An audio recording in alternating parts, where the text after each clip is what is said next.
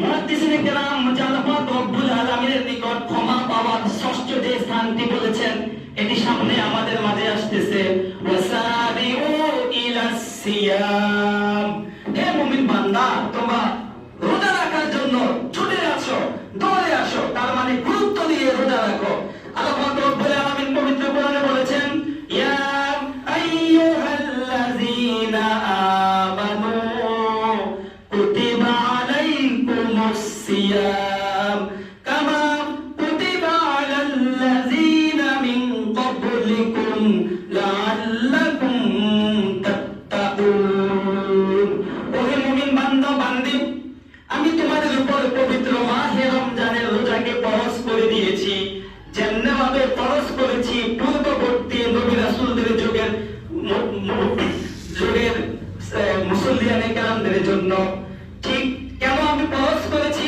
যাতে করে তোমরা মুমিন মুত্তাকি আল্লাহওয়ালা হতে পারো। বলি সুবহানাল্লাহ। এই রমজান আল্লাহ আমাদেরকে দিয়েছে যাতে আমরা খাঁটি পরিষ্কার মুত্তাকি আল্লাহওয়ালা হতে পারি।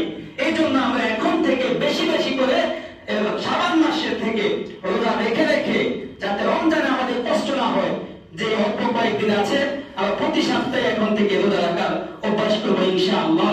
হাদিসে পাকে নবী বলেছেন, মান সামা রমাদানা ঈমানান ওয়া ইহতিসাবান গুফিরা লাহু মা তাকাদ্দামা মিন যামবি ওয়া মা তাআখার।